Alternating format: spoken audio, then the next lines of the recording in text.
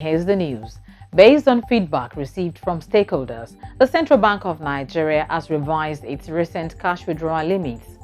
CBN Director, Banking Supervision Department, Mr. Haruna Mustafa, in a letter to all banks and mobile money agents on Wednesday, said the maximum weekly cash withdrawal limit across all channels by individuals is now 500,000 naira and 5 million naira for corporate organizations. Cash withdrawals above the stipulated limits shall be subject to documentation and attract a processing fee of 3% for individuals and 5% for corporate organizations. Bank customers are encouraged to use alternative channels such as internet banking, mobile banking apps, USSD, card and POS transactions, eNaira platform, among others, to carry out their transactions. The revised cash withdrawal limit directive takes effect nationwide from January the 9th, 2023. The Central Bank of Nigeria on Tuesday released detailed position of security features on the newly redesigned 200, 500 and 1000 naira banknotes to protect the public from fraudulent individuals and to help them differentiate between genuine banknotes and counterfeits. The front of the new 1000 naira banknote has intaglio raised print, portrait watermark, optically variable ink that changes from blue to green with change in view angle, kinegram with image of 1000 naira and coat of arms. At the back of the new 1000 naira banknote is an iridescent band, windowed metallic security thread, a see-through printing in register, and a raised intaglio print.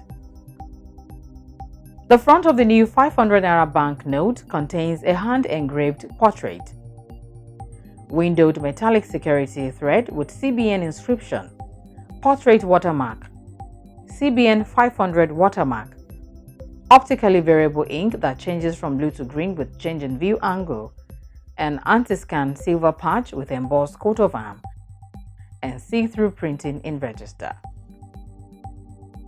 The see-through printing in register similarly features at the back of the new 500 naira banknote. There is also a portrait watermark and raised intaglio print. The front of the new 200 naira banknote has a hand-engraved portrait, windowed metallic security thread with CBN inscription, portrait watermark, CBN 200 watermark, optically variable ink that changes from blue to green with change in view angle, anti-scan gold patch with embossed coat of arms, and see-through printing in register.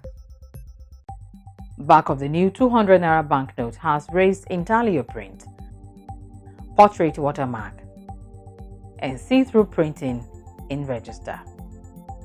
And that's how to identify genuine naira notes. Last Friday, the Nigerian Electronic Fraud Forum, an initiative of the Bankers Committee to manage exposure to electronic channel security risks in the country, held its annual retreat in Lagos. The forum gave itself a pat on the back for reducing incidences of fraud in the country and for being able to track down and recover many lost funds. Director, CBN Payment System Management Department, Mr. Musa Itopajimo, said Nigeria has impregnable payment and financial system infrastructure, which has made it difficult for fraudsters to penetrate despite high level of attempts. It said the CBN cash withdrawal limit, when in operation, will further help check criminal activities in the cyberspace. We envisage that as we begin to put some limits in the cash withdrawal that can happen on a daily basis, the incidences of fraud will also tame down. Because right now what they used to do is that they steal huge amount of money, and then about 2-3 a.m. they go to an ATM and withdraw everything. You go to an ATM and somebody withdraws 500,000, a million naira from an ATM. Right now you will not be able to take the money.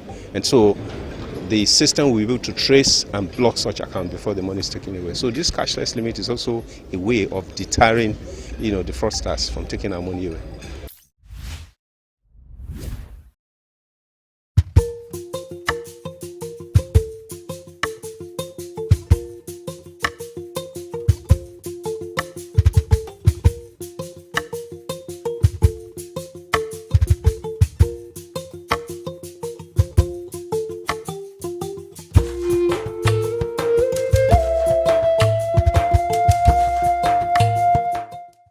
Thanks for staying tuned. You're watching From the CBN, a weekly program that brings to you reports and expert analysis of the actions, policies, events, and economic initiatives of the Central Bank of Nigeria, CBN. As the year winds down, we paid a visit to the Chief Executive Officer of Carry Asset Management Limited, Mr. Johnson Chukwu, for his expert views on key financial and economic policies of the Central Bank of Nigeria in 2022. Come with us. Mr. Johnson Chukwu, thank you for having us in your office this afternoon. Now, Governor of the Central Bank of Nigeria, Mr. Godwin Emefiele, said that since 2014, forex from crude oil sales has been dropping continually, and it is almost zero now, which was why in February, the Apex Bank and the Bankers Committee came up with an initiative which I can term a child of necessity, the RT200FX program, that is meant to improve repatriation of forex from non-oil exports over the next 3 to 5 years. Now, what's your assessment of that initiative so far? Okay, thank you once again for having me on your program. My take on the RT200 is that at best it is an intention that is well meant, but the possibility of achievement is very slim. And I'm saying that with a sense of seriousness. The fact that you want to grow your export revenue is not going to be a wishful thinking. We have to do the heavy lifting. Until you do the heavy lifting, you are not just going to wake up from zero and begin to see foreign exchange earnings from non-oil export account for 20-30% of your foreign exchange earnings. Today, it accounts for less than 10%. And the simple reason is that our economy is not competitive. We don't have the export products. Even the product that we should ordinarily export, we don't produce them at costs that can compare with what obtains elsewhere in the world. So a couple of things now have to happen before you get to that point where your non-oil export will improve. One, you need to look at your input cost or your cost of production or the cost of doing business. Energy cost.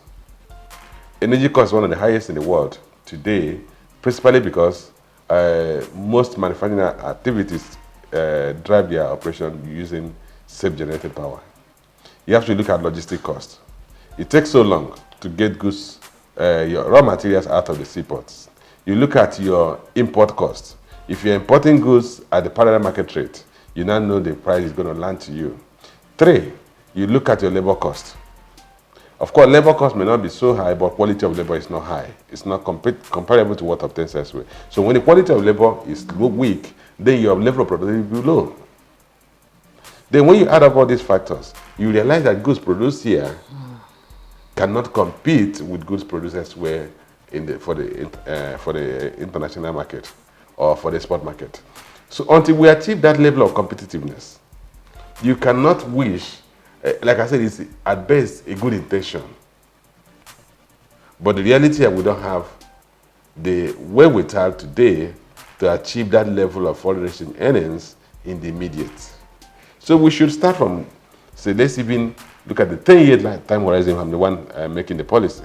And then we identify those sectors of the economy that we have competitive advantage in terms of export potential.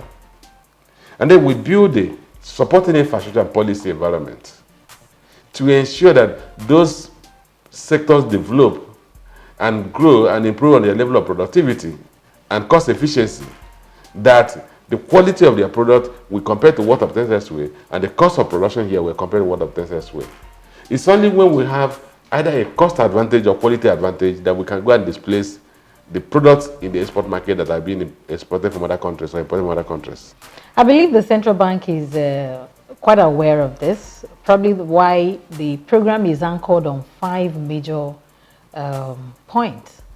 One of which is the engagement with stakeholders. Another one is the infrastructure that you mentioned, and encouraging people to establish the agro-processing firms that can go into finished products rather than the country exporting raw stroke semi-processed.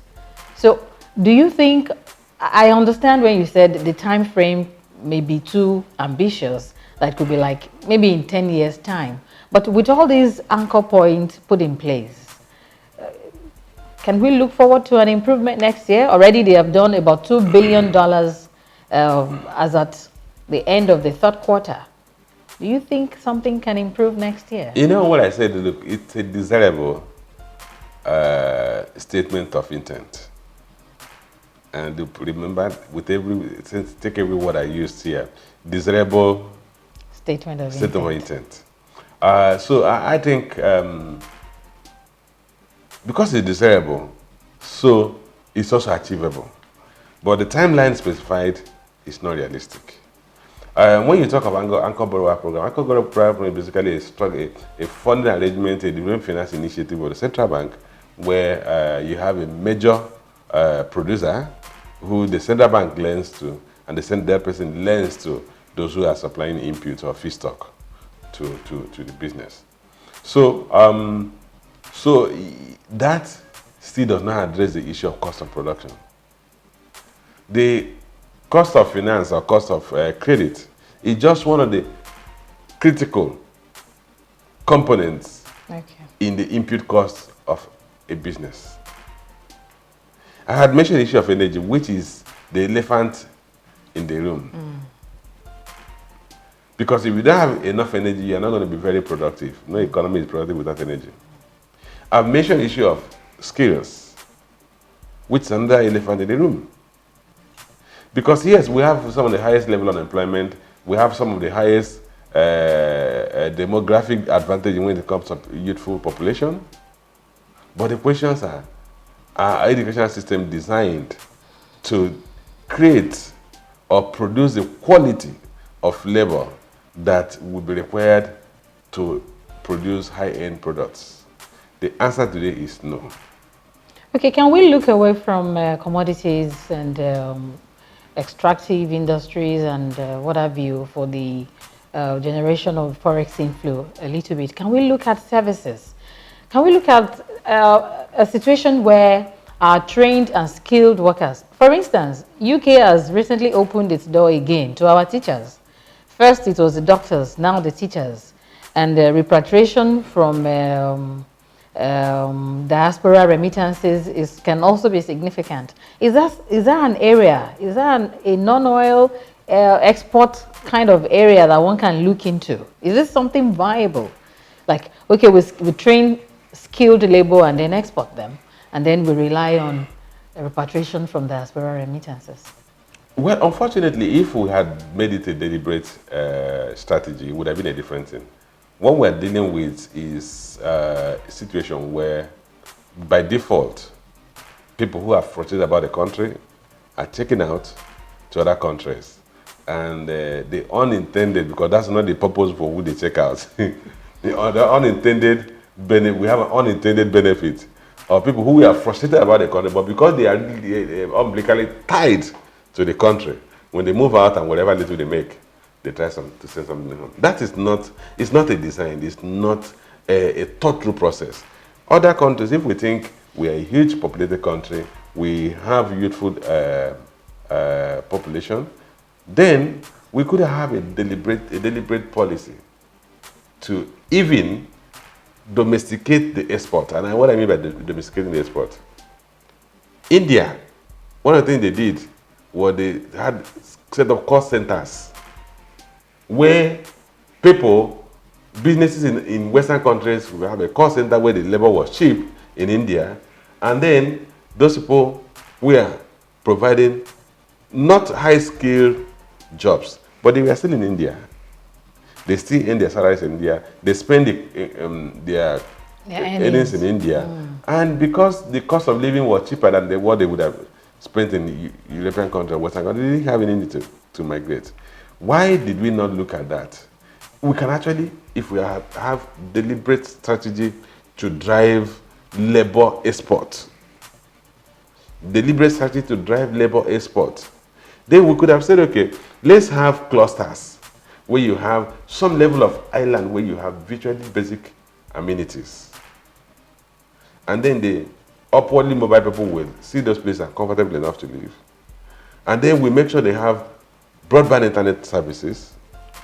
Government will make sure that broadband internet services give the telco operators right of way to take their optic fiber to those locations, and then probably pay for broadband services in public spaces. So young people can stay in those few locations, like what they have in places like Bangalore in India. And those who have technical competencies can work remotely, given the level of knowledge economy the world is running through today. Work remotely, and I know people who work, there are corporate organizations that work at different polar ends of the world. So what happens that if you, for instance, in a state like California, by the time it's 8 p.m. here, it's just 12 a.m. over there, 12 noon over there.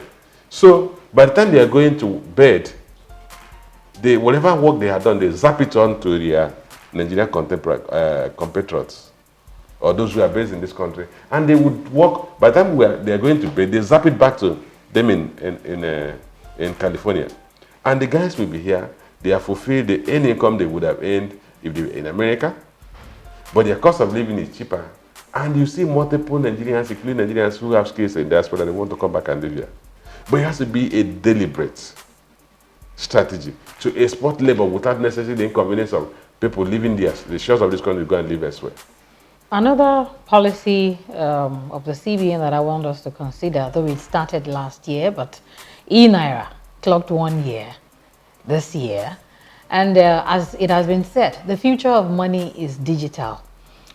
When you look at the acceptance, the number of people who have onboarded and businesses that have adopted naira as a means of payment and transfer, what do you think? Are we doing good? Or is there are there things that need to be put in place for people to embrace it more? Since whether we like it or not, this is the future. You know, the truth is that central bank issued digital currencies have not been embraced anywhere in the world the way people had embraced privately issued digital currencies. The simple reason that they're not just looking for a means of payment. For digital currency evolution, one of the driving factors is speculation. So people buy digital currencies as a way of investing in speculative assets. A central bank issued digital currency is not a speculative asset. You don't see that wide gyration in movement. So people are buying, and that's why you can't expect, like I said, there's no way in the world where there has been so much embracing of digital central bank issued digital currency.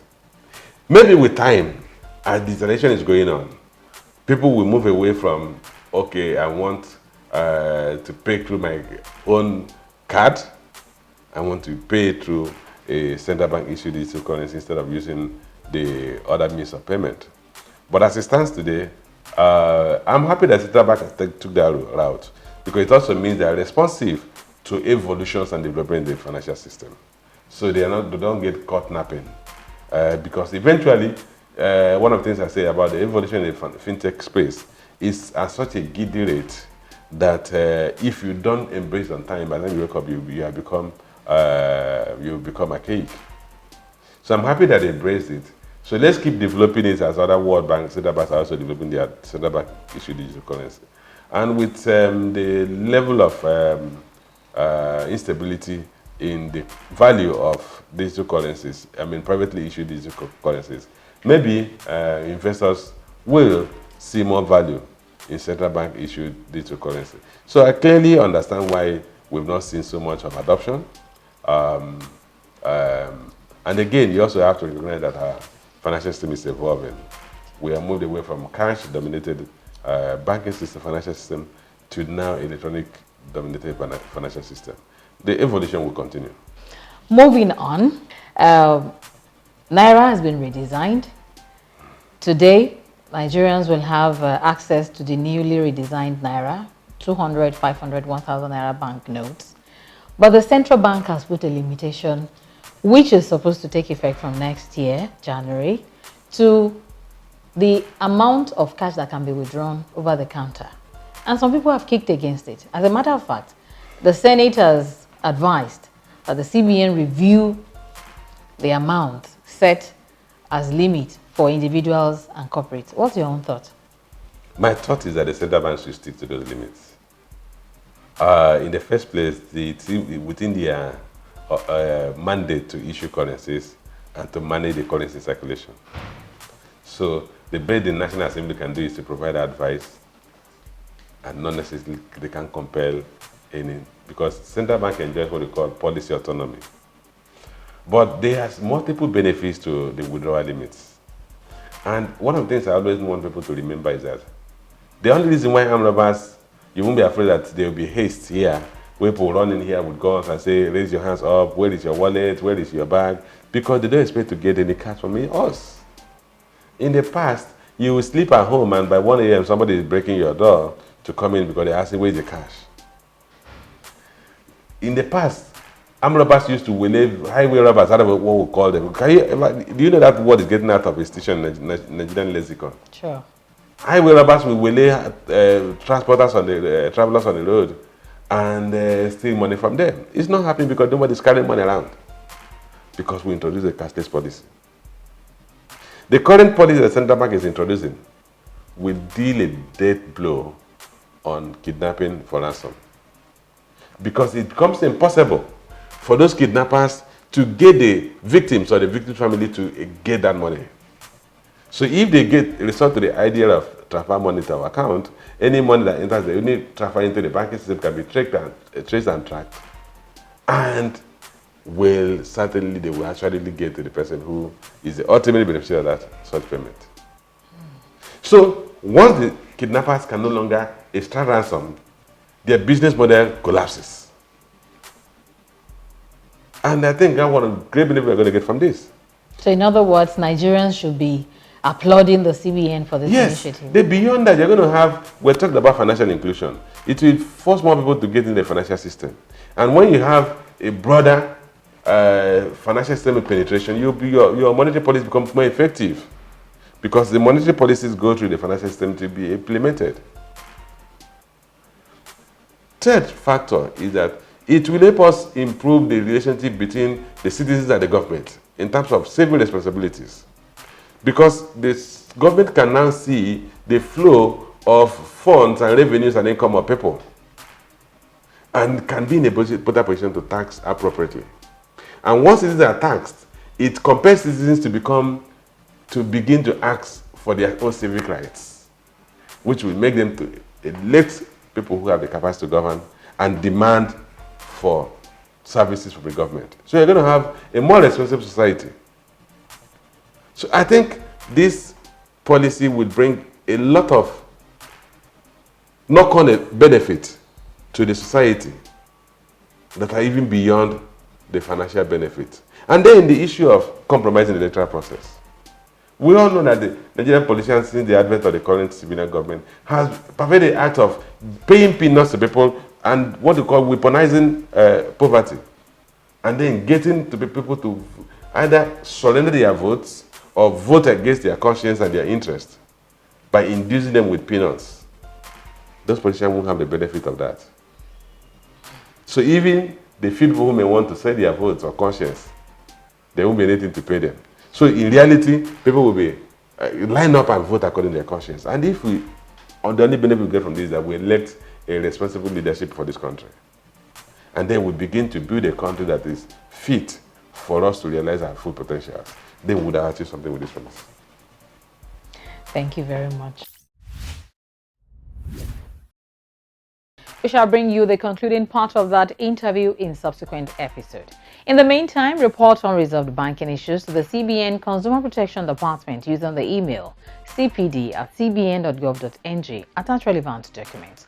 Call the CBN contact center on the phone line +234 700 2255 226. Local rates may apply. Write to us through the email address fromthecbn@gmail.com. Follow us on Facebook, YouTube, Instagram, and Twitter for updates and to watch uploaded episodes of the program. We invite you to join us again next time. I am Oluyemisi Dada. Merry Christmas and Happy New Year in advance. Stay safe.